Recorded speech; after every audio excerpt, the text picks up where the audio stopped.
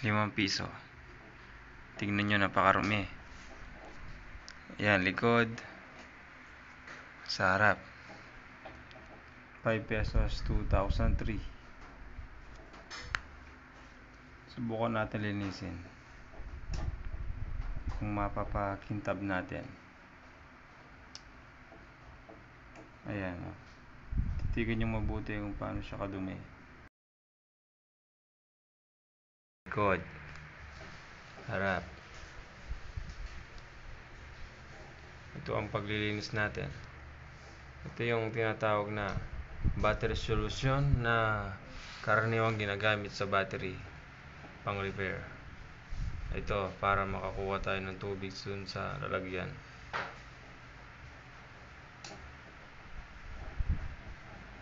Patakan lang natin ng konti.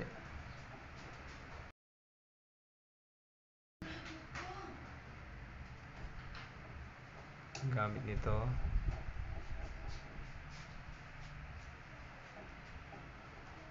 Konti lang yung kunin nyo, pwede na. Kasi papatakan lang naman eh. Yan, konti.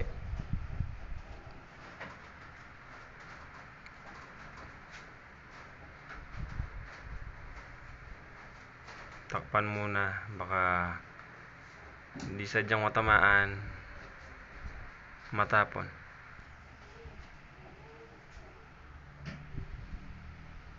Ayan. Nakikita nyo naman, oh. Sobrang dumi ng ₱5 na to.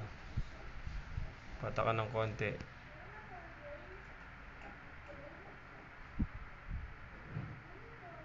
Yan. Yan, pwede na yan.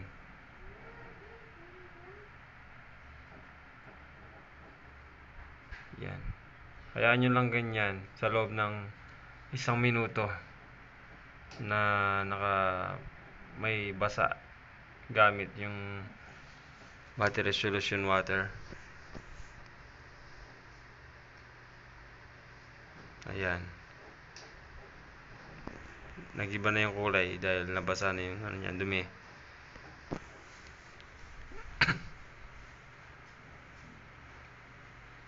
Ayan.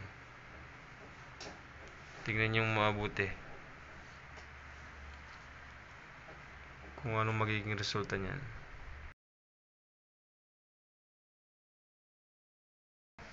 Ayan guys, 1 minute na nakalipas. Ayan. Nakikita nyo naman. Naiba ng kulay yung dumi. So yan. Balawan na natin. Gamit ng dishwashing liquid.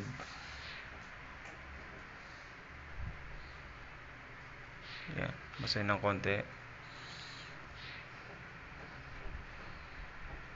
Ganyan lang yung paglilinis.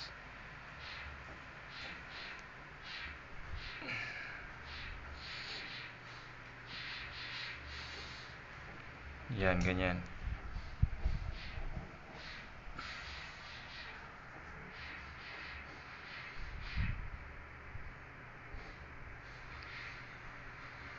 Yan. Mas maganda kung dalawang kamay ang gamit para madaling i-apply yung pag-sponge.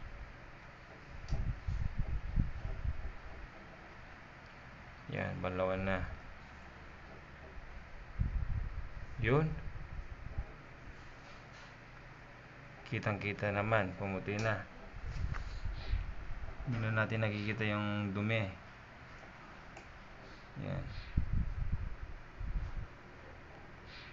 Oh, nakikita nyo naman. Isang kamay lang yan.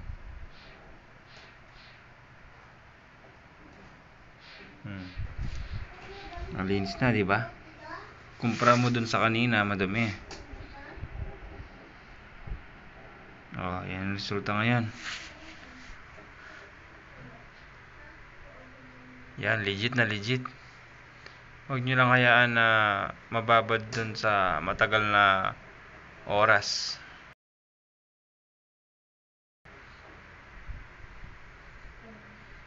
Basta nasa 1 minute or 1 minute and 30 second. Pwede na yun. Huwag lang matagal. Alright. Please subscribe. And like na din.